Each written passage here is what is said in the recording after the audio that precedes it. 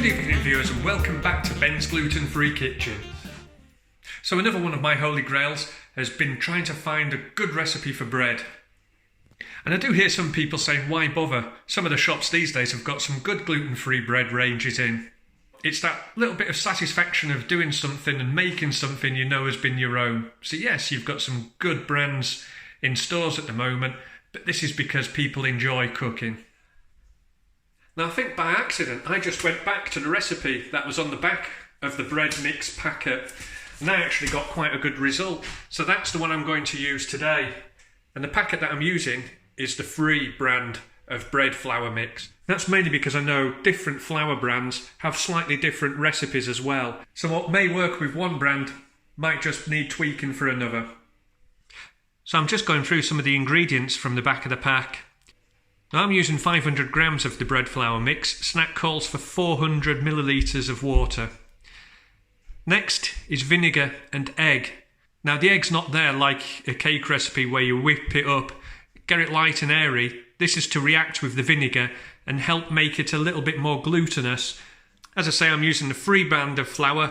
That's a kilo pack and I'm going to use about half of it. So let's just quickly talk about yeast. So I've been using this Fermi-pan, which I found again on Amazon, and I've been getting some really good results with that, just using it dry in the bread flour mix. Now sometimes with different brands of yeast, it says mix it with the water, and basically what that's trying to do is just help show it's alive before you add it in to your flour mix. If it's not alive, it's not going to make the gas, the carbon dioxide, which helps get the air into the mixture, and that's what gives your bread a nice lovely rise. Now another thing I'm adding as well is a little bit of olive oil, and I've also got two other things which are going to help with the yeast to make a great rise. A lot of people who use gluten-free flour would have heard of Xanthan Gum. That basically mixes with your flour and your liquid, and that just helps make your flour-based product slightly stronger. And I'm going to be using something called Psyllium husk.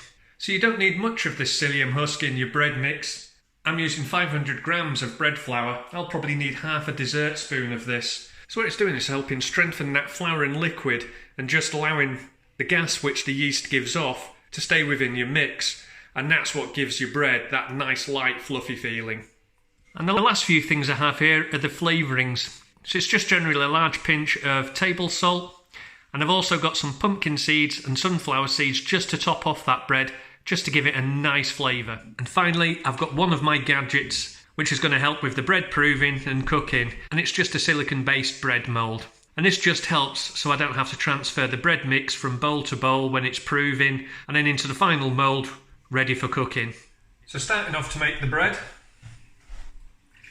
put the water into a bowl, your yeast, your sugar, and one egg. I may have mentioned that the recipe actually calls for 2 egg whites, but I've been getting away with using 1 actual full egg, so with the yolk as well. And then the magic ingredient, 1 teaspoon of vinegar, and then it's just whisking together. Now next thing, about 3 dessert spoons of olive oil. And then next grab your scales, set them to 0, and we're weighing out 500 grams of the bread flour. Half a dessert spoon of the magic ingredient, the Psyllium husk. And then grab your whisk again. Just get that started. And then the final ingredient, a large pinch of salt. And then back to the spoon. And this is where it's so much easier than making normal bread, as all we're making is quite a stiff batter. No kneading involved. That Psyllium husk is going to help keep the gases that the yeast make and help with the bread rising. And then the silicone mould is going to make it easier to help with the proving.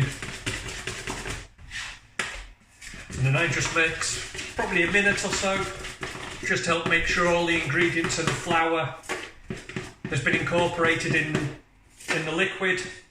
As I say, it's quite a loose mixture. That doesn't resemble normal bread at all. But trust me, once it comes out, it looks just like the real thing.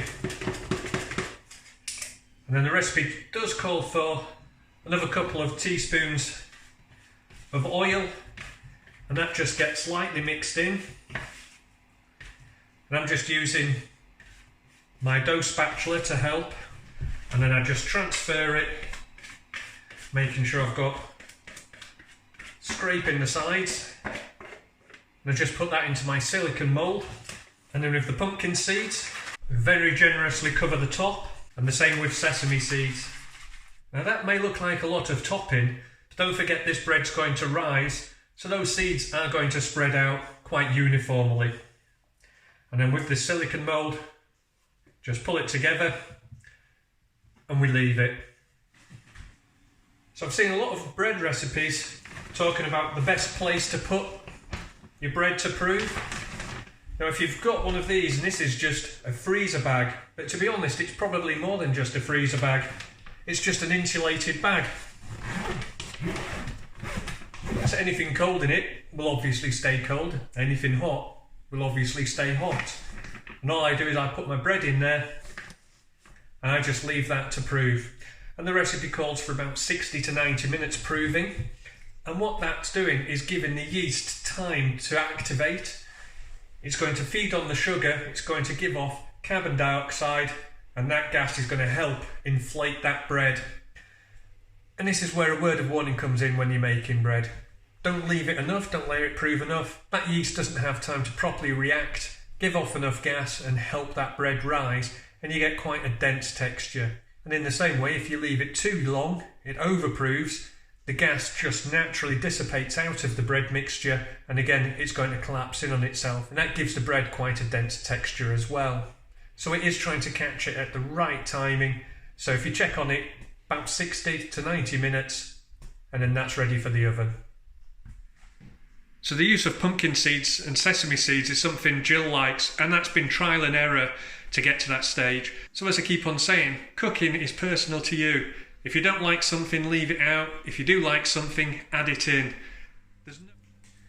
So as you can see, that dough's risen really well. Those seeds will have dispersed around. I've got my oven preheating around about 180 to 200 degrees. I'm going to put the bread in, and that's going to take about 50 minutes to cook.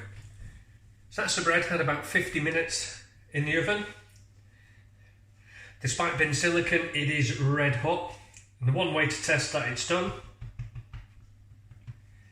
you tap on the bottom, and if it feels solid, has an echo, then that's done. And just to press on the top, and you feel the springiness. And if you just have a look, those seeds may have looked very close together when the bread was just in the silicone mould, but as it's risen, those seeds have spread out. So I'm just going to leave it for 5 or 10 minutes till it's cooled down, just so it's cool enough for me to take the bread out, and then I'll leave the bread for probably another 20 minutes to cool down fully as well. Pumpkin and sesame seed bread. So I just give that time to cool down, cut that into slices, pop that in the freezer, and that's ready to go whenever we want some bread. So while there are some good breads in the supermarkets these days, hoping that's taken a little bit of mystery out of how to make gluten-free bread at home for yourselves. Hope you give it a go, hope you enjoy it as well. Don't forget to subscribe, give us a like, and I'll catch you next time on Ben's Gluten-Free Kitchen.